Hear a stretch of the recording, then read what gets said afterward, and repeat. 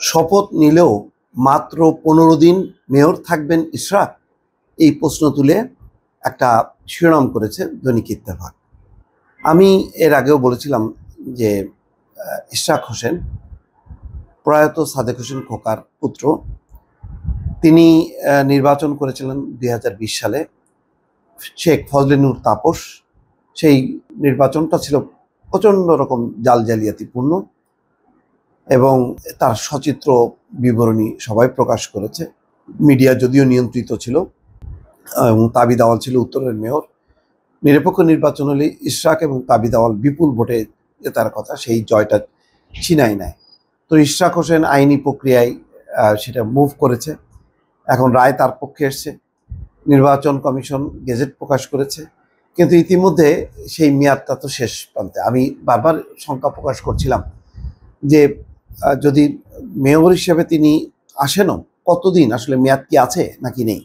এখন ইত্তেফাকের যে বিশ্লেষণ এবং তথ্য তাতে বলছে যে 15 দিন। সেটাও আবার ঠিক নিশ্চিত না যে ঢাকা দক্ষিণ সিটি কর্পোরেশনের নতুন মেয়র হিসেবে বিএনপি নেতা ইশরাক হোসেনের নাম ঘোষণা করে গেজেট প্রকাশ করেছে নির্বাচন কমিশন।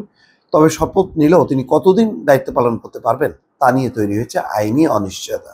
রোববার রাতে আইন মন্ত্রণালয় মতামত ছাড়াই গেজেট প্রকাশ করেছি, এটা আসিফ নজরুলও বলেছেন যে মতামত নেওয়ার জন্য পাঠিয়েছিল ফাইল, কিন্তু মতামত নেওয়ার আগেই গেজেট প্রকাশ করছে নির্বাচন কমিশন, যদিও নির্বাচন কমিশনের সেই ক্ষমতা আছে। এতে একটা প্রশ্ন আসছে যে নির্বাচন কমিশন কি কোনো রাজনৈতিক চাপের মুখে এই সিদ্ধান্ত নিয়েছে? অন্তর্বর্তী সরকার ক্ষমতা গ্রহণের পরপর গত বছরের আগস্ট মাসে মেয়র, কাউন্সিলর, চেয়ারম্যানদের অপসারণ করে প্রশাসক নিয়োগ করেছিল সরকার। চলতি বছরের 27শে মার্চ ঢাকার প্রথম যুগ্ম জেলা জজ ও নির্বাচনী ট্রাইব্যুনালের বিচারক মোহাম্মদ নুরুল ইসলাম 2020 সালের 1 ফেব্রুয়ারি অনুষ্ঠিত ঢাকা দক্ষিণ সিটি নির্বাচনের ফল বাতিল করে বিএনপি দলীয় মেয়র প্রার্থী ইশরাক হোসেনকে বিজয়ী ঘোষণা করেন। একই সঙ্গে ওই নির্বাচনে আওয়ামী লীগের প্রার্থী শেখ ফজলে নূর তাপসকে মেয়র হিসেবে অবৈধ ঘোষণা করে সরকারের গেজেট বাতিল করেন আদালত।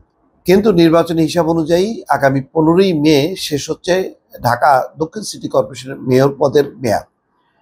সেই হিসাবে শপথ নিয়ে দায়িত্ব শুরু করলেও এখন কতদিন মেয়র পদে থাকতে পারবেন তা নিয়ে প্রশ্ন আসছে।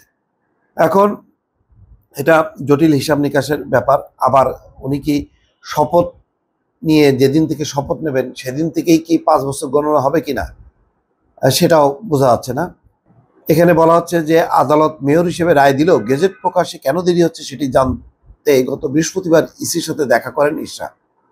এরপরই রোববার রাত 10:30টার দিকে বিএনপি নেতা ইশরাককে বিজয়ী ঘোষণা করে গেজেট প্রকাশ করে নির্বাচন কমিশন। তাহলে কি বিএনপি নেতার চাপের কারণেই আইন মন্ত্রণালয় মতামত দেওয়ার আগেই গেজেট প্রকাশ করল ইসি? এমন প্রশ্ন তুলেছেন বিশ্লেষকরা। সাবেক স্থানীয় সরকার সচিব আবু আলম মোহাম্মদ শহীদ খান বলেন, এই নির্বাচন কমিশন তো স্বাধীন সার্বভৌম প্রতিষ্ঠান।